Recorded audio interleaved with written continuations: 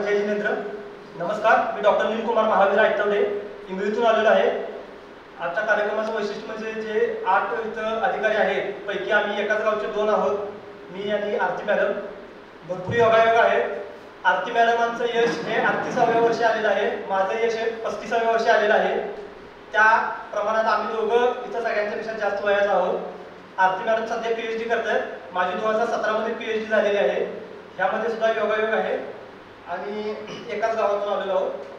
तर विद्या सन्मतीदास सेवा संस्था कोल्हापूर आणि वीराचार्य बाबासाहेब कुचनुले हे आपली जी अकॅडमी आहे यांच्यामार्फत इथं मला बोलण्याची संधी दिली, त्याबद्दल मी सर्वप्रथम आभार व्यक्त करतो. आणि महाराजांचं सुद्धा मी पहिल्यांदा त्यांच्या चरणी नतमस्तक होतो आणि माझ्या बोलण्याला मी सुरुवात करतो.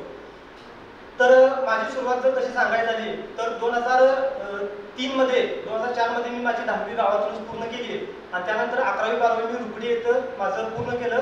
क्रॉप प्रोडक्शन हा माझा विषय होता. मी BSc ॲग्रीला ॲडमिशन घ्यावं अशी वडिलांची इच्छा होती. तोपर्यंत मला काही समजत नव्हतं की BSc ॲग्री काय आणि बाकीच्या डिग्री काय असतात. वडिलांनी सांगितलं त्या पद्धतीने BSc ॲग्री केलं. फक्त त्यांना कोणतरी सांगितलं होतं की BSc ॲग्री केल्यानंतर कॉम्पिटिटिव्ह परीक्षेमध्ये किंवा स्पर्धा परीक्षेत चांगलं यश मिळतं किंवा अभ्यासाला जास्त संधी मिळते. त्या पद्धतीने BSc ॲग्री 4 वर्ष मी पूर्ण केलं आणि 4 वर्षाचं BSc ॲग्री कोल्हापूरमध्ये पूर्ण केल्यानंतर MSc ॲग्रीसाठी मला राहुरीमध्ये ॲडमिशन मिळालं आणि कृषी विस्तार शिक्षण या विषयातून मी माझी MSc 2 वर्ष पूर्ण केली. सोबतच त्यावेळेला मी माझ्या स्पर्धा परीक्षांची तयारी केली आणि आताच कोणतं सांगितलं की 2021 पासून मी माझ्या MPSCची सुरुवात केली. तसं मी 2011 पासून माझ्या MPSCची सुरुवात केली, म्हणजे 10 वर्ष आधी. त्यानंतर 11-12 मध्ये MSc पूर्ण झाली. अभ्यासाचा प्रयत्न केला पण MSc करत असताना दोन्हीकडे तितकंसं जास्त कॉन्सन्ट्रेशन झालं नाही आणि 12 पर्यंत काही हाती लागलं नाही, पण अभ्यास बऱ्यापैकी तयार झाला होता. त्यानंतर 13 पासून 17 पर्यंत मी PhD साठी ॲडमिशन घेतलं. MSc मध्ये फर्स्ट गोल्ड मेडलिस्ट जर असेल युनिव्हर्सिटीमधून तर स्पर्धा परत PhD कंटिन्युएशन मध्ये करण्यासाठी आपल्याला PhD साठी फेलोशिप मिळते असं मला कळालं आणि इन्स्पायर फेलोशिप ही गव्हर्नमेंट इंडियाकडून सायन्स डिपार्टमेंटकडून मिळते. हे ज्यावेळी कळालं त्यावेळी PhD करण्याचा निर्णय घेतला आणि मला त्यावेळेला 2013 ते 2017 या 3-4 वर्षासाठी जवळपास 13 लाख रुपये शासनाकडून PhD करण्यासाठी मिळाले होते आणि ते माझ्या घरच्यांना थोडंसं आर्थिक सहकार्य झालं. 2017 पर्यंत ज्यावेळी माझी PhD पूर्ण झाली त्यावेळी मी फॉरेस्टची एक एक्झाम दिली होती आणि त्या फॉरेस्टच्या एक्झाममधून मी पूर्वपरीक्षा, मुख्य परीक्षा, मुलाखत असे 3 टप्पे पूर्ण केले होते आणि ज्यावेळी फायनल रिझल्ट लागला त्यावेळी 1 मार्काने माझी सुद्धा पोस्ट गेली आणि थोडंसं नाराज झालो की आपण आता इथपर्यंत PhD पर्यंत आलो, 27-28 एज झालं आणि अजूनही आपल्याला जर पोस्ट मिळत नसेल तर आता आपण कुठेतरी प्रायव्हेटमध्ये नोकरी करूया आणि आता स्पर्धा परीक्षेचा अभ्यास थांबूया. अशा वेळेला त्या विषयास्त्र मी पहिल्यांदा टाकलं आणि कॉलेजला जॉईन झालो. डॉक्टर DY पाटील जे तळसंजामध्ये ॲग्रिकल्चरचं कॉलेज आहे तिथे मी शिकवायला सुरुवात केली.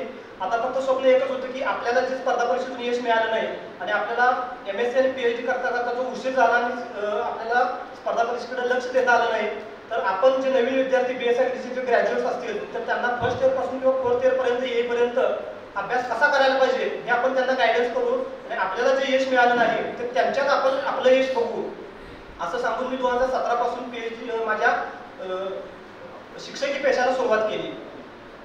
मग अशा अर्थातही म्हटलं की त्यांनी सुद्धा 3-4 वर्ष आता 4-5 वर्ष शिक्षक म्हणून सुद्धा काम केलेलं आहे. तसं मी सुद्धा 2017 पासून 2020 पर्यंत 3 वर्ष प्रोफेसर, असिस्टंट प्रोफेसर म्हणून काम केलं आणि असिस्टंट प्रोफेसर म्हणून काम करत असताना मुलांना शिकवत असताना त्यांच्यामध्ये परत MPSCची प्रेरणा भरत असताना पुन्हा एकदा वाटलं की अजून सुद्धा एज गेलेलं नाही, आता 27-28 एज आहे आपलं आणि आपण परत अभ्यास करूया. असं झाल्यानंतर मी परत MPSCचा अभ्यास सुरू केला, पूर्वपरीक्षा दिली आणि मुख्य परीक्षेच्या वेळेला मला माहित होतं की आपण पूर्वपरीक्षा जशी आधीच्या अभ्यासावरती देऊ शकतो तशी मुख्य परीक्षा ही आधीच्या अभ्यासावरती किंवा शिक्षकी पेशा बघत काय आपल्याला ते जमणार नाही. त्यामुळे मी कॉलेज प्राचार्यांकडे गेलो आणि मी रिझाईन करणार आहे आणि मला परत स्पर्धा परीक्षा करायची आहे असं त्यांना सांगितलं आणि त्यांनी सुद्धा मला संधी दिली आणि मी कॉलेजमधून रिझाईन करून सरळ राहुरीमध्ये गेलो. आता राहुरीमध्ये एक आमचे कृषी मित्र एकता मंच म्हणून संघटना आहे आणि त्या संघटनेचे नियम इतके कडक असतात जसे आता तुमच्या इथं अकॅडमीमध्ये असतील असं मला वाटतंय. तिथं प्रवेश केल्यानंतर म्हणजे तुम्ही तिथे एकदा डिग्री घेतली असेल तर परत अभ्यासासाठी कधीही जाऊ शकता. पॅरासाईट म्हणून तिथं म्हटलं जातं, त्या पद्धतीने तुम्ही राहू शकता तिथं. फक्त तिथे गेले की संघटनेचं एक आय कार्ड दिलं जातं, ते सतत तुमच्या सोबत असलं पाहिजे. सकाळी 6:30 ते 6:30 वाजता तिथं जे मॅनेजमेंट बघणारे जे विद्यार्थी असतात तर ते तुमची रूम तपासायला येतात म्हणजे सकाळी 6:30च्या आत तुम्ही आंघोळ वगैरे सगळं आवरून लायब्ररीमध्ये गेलं पाहिजे, हा तिथला नियम. आणि रात्री 12पर्यंत ते कधीही चेक करत असतात. 12पर्यंत तुम्ही तुमच्या रूमला यायचं नाही. दुपारी झोपायला फक्त 1 ते 2 हा एवढाच वेळ दिला जायचा. 2 ते 2:30 पर्यंत परत चेकिंग करायचे. पण तिथं जे फर्स्ट इयरला नवीन जे असायचे ते आधीची जी मुलं अभ्यास करतात किंवा ज्यांना पोस्ट निघल्या पाहिजे त्यांच्यावरती वचक ठेवायचे. आणि असं असायचं की सिनियर अभ्यास करायचा असायचे आणि ज्युनियर येऊन त्यांना बोलायचे, त्यामुळे ते वाईट वाटायचं. त्यामुळं वेळेलाच आपल्याला अभ्यासाला निघायला पाहिजे. तिथे ती चांगली शिस्त लागली आणि आम्ही अभ्यासाला त्या पद्धतीने सुरुवात केली. आणि जवळपास 2018ची ती एक्झाम होती, 2019 मध्ये त्याची मेन्स झाली, 2020 मध्ये फेब्रुवारीमध्ये त्याचा रिझल्ट लागला. आणि 400च्या ॲडमध्ये जवळपास 117वा क्रमांक माझा होता. आणि त्यामध्ये क्लास 2B ही मला पोस्ट मिळाली. मंडळ कृषी अधिकारी या पदावरती मी विराजमान झालो. आता एक मध्यंतरी गोष्ट सांगायची राहिली. आता प्रत्येकाने आपापलं जे यशाचं श्रेय आहे ते कुणाला दिलेलं आहे. मी माझ्या यशाचं श्रेय जे मंडळ कृषी अधिकारी पद जे मिळालं ते श्रेय मी आपल्या जैन धर्मातील जे मुली आणि त्यांचे जे पालक आहेत की ज्यांच्या लग्नासाठी बऱ्याचशाच अटी आणि शर्ती असतात त्यांना मी माझं हे यश देतो.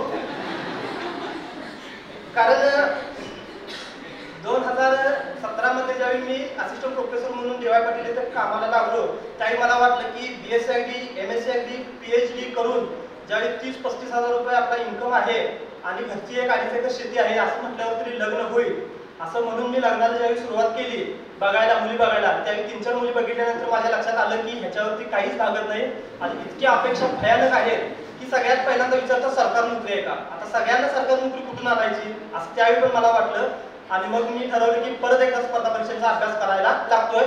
आणि जे गळलेलं शस्त्र होतं ते त्यावेळी परत उचललं. आणि याचं सगळं श्रेय त्या मुलींना त्यांच्या त्या पालकांना जातं की ज्यांनी नकार दिला. अभ्यास केला.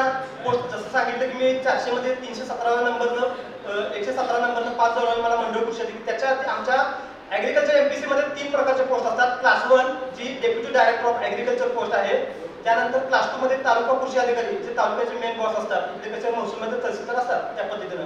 आणि त्याच्या खाली आता जी माझी पोस्ट आहे सध्याची मंडळ कृषी अधिकारी ही त्यामध्ये 3 नंबरची पोस्ट असते. ही 3 नंबरची पोस्ट मला 2020 मध्ये मिळाली आणि ती पोस्ट मी जॉईन केली. आणि त्याचवेळी ठरवलं की जे मला लागणारा आधी नकार दिले की फक्त माझ्याकडे गव्हर्नमेंट पोस्ट नाही या कारणामुळं, तर आता अशा मुली मी बघत बसणार नाही. तर आमच्या पाहुण्यांच्या मुलगी होती तिच्याशी सरळ मी लग्न केलं. माझी पत्नी इथं आहे विनयश्री. आणि 2020 मध्ये एकाच आठवड्यामध्ये माझं जॉईनिंग आणि त्याच आठवड्यामध्ये माझं लग्न झालं. आणि लग्न झाल्यानंतर माझं पहिलं पोस्टिंग आलं आजऱ्यामध्ये. आणि जसं सगळ्यांनी सांगितलं की कोरोनाचा काळ हा एकदम वाईट होता, एकदम भयानक होता. एका मित्राने सांगितलं की तो माझ्यासाठी खूप चांगला होता, तर त्याच्यापेक्षाही चांगला माझ्यासाठी होता. कारण नुकतंच लग्न झालं होतं, पूर्ण ऑफिशियल कामकाज 1 वर्षासाठी पूर्ण बंद होतं. आणि आमचं नवीन लग्न झालं होतं आणि आजऱ्यासारख्या निसर्गरम्य ठिकाणी आमचं पोस्टिंग होतं. त्यामुळे तो 1-1.5 वर्षाचा कालावधी मी पूर्णपणे सॅटिस्फॅक्टरी एकदम चांगल्या पद्धतीने अनुभवला. आणि त्याच वेळी ठरवलं की हे 1-1.5 वर्ष आपल्याला मिळालेले आहेत ते आपण एन्जॉय करायचे. पण इथं शस्त्र टाकायचं नाही, अनेक शस्त्र उचलायचं आहे आणि क्लासरूमची पोस्ट ही घेऊनच घराकडे जायचं आहे असं त्यावेळी ठरवलं होतं.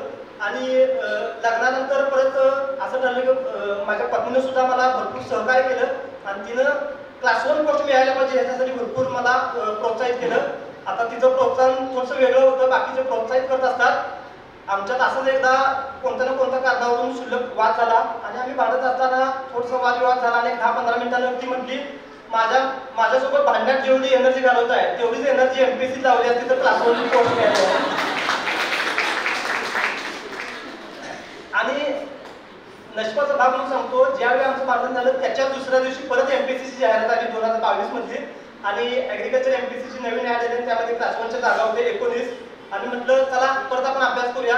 फक्त मनात एकच धाकधूक होती की आपण 400ची ऍड होती त्यावेळी 117 नंबरनं आपण पास झालो होतो, ओपन मधून आपण येतोय.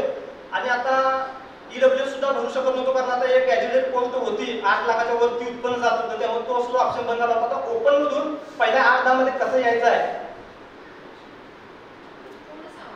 हो मॅडम. आणि कसं पोस्ट मिळणार याच्याकडे लागलं होतं. पण तरी सुद्धा त्यावेळी 2021-22च्या ऍडमध्ये प्रयत्न केला आणि त्यामधून प्रयत्न करून क्लास 1 काय भेटू शकलं नाही. परत मंडळ कृषी अधिकारी इंजिनियर या पदावरती समाधान मानावं लागलं आणि त्यावेळी मी ते रिजेक्ट केलं कारण ऑलरेडी ती पोस्ट होती. परत मी 2023 ची मागच्या वर्षी जाहिरात होती त्यावेळी पुन्हा प्रयत्न केले. यावेळी 49 जागा होत्या टोटलमध्ये आणि ओपनसाठी फक्त 8 जागा होत्या. डोक्यात एकच ठेवलं होतं की 8 जागा आहेत आणि अभ्यास केला आणि यानंतर 3 महिने सुट्टी करून अभ्यास केल्यानंतर परत राज्यामधून मी 8व्या क्रमांकाने पास झालो. नमस्ते महाराज. आणि राज्यामध्ये मी 8व्या क्रमांकाने पास झालो या ठिकाणी आणि मला कृषी उपसंचालक ही क्लास 1 ची पोस्ट मिळाली आणि शेतकऱ्यांची सेवा करण्याची मला पुन्हा एकदा संधी मिळाली कृषी क्षेत्र असल्यामुळं. आता मी जास्त काही बोलणार नाही, मेन गेस्ट आलेले आहेत त्यामुळे मला 2 मिनिटात थांबायचं आहे. मी अभ्यास करत असताना एक माझा छंद सुद्धा होता की मी कविता लिहित होतो. तशीच एक कविता मी जैन धर्माविषयी लिहिलेली आहे, ती महाराजांच्या समोर मला वाचून दाखवायची होती आणि ती कविता आहे, कवितेचं नाव आहे जैन. जैन आहे जैनच राहील, जैन आहे जैनच राहील, आयुष्यभर शाकाहारच खाईल. जैन आहे जैनच राहील, आयुष्यभर शाकाहारच खाईल. सत्य आणि सत्कर्माच्या चाकोऱ्यातूनच जाईल, सत्य आणि सत्कर्माच्या चाकोऱ्यातूनच जाईल. सर्व श्रद्धा आई वडिलांच्या चरणी वाहील. जैन आहे जैनच राहील. प्रत्येक जीवाचं मोल मी जाणतो, प्रत्येक जीवाचं मोल मी जाणतो, अहिंसा परमो धर्म मानतो. प्रत्येक जीवाचं मोल मी जाणतो, अहिंसा परमो धर्म मानतो. आयुष्य खूप सुंदर आहे, आयुष्य खूप सुंदर आहे, ते सर्व प्राणी मात्रांना बघू द्या. तुम्ही जगा व इतरांनाही जगू द्या, तुम्ही जगा व इतरांनाही जगू द्या. जैन रहा सत्वाने, जैन रहा सत्वाने, जैन रहा तत्वाने. त्याग अहिंसा मोक्ष जीवन नसे याच्या उपरोक्ष, त्याग अहिंसा मोक्ष जीवन नसे याच्या उपरोक्ष. सम्यक ज्ञान सम्यक दर्शन सम्यक चारित्र्य, सम्यक ज्ञान सम्यक दर्शन सम्यक चारित्र्य. जैन म्हणून जन्मला यासारखं दुसरं काय पावित्र्य, जैन म्हणून जन्मला यासारखं दुसरं काय पावित्र्य. ना कसली चिंता ना कशाची खंत, ना कसली चिंता ना कशाची खंत. रोज एक नवी सुरुवात ना कशाला अंत. आचार्य साधू मुनी संत, देव माझा अरिहंत, देव माझा अरिहंत. धन्यवाद.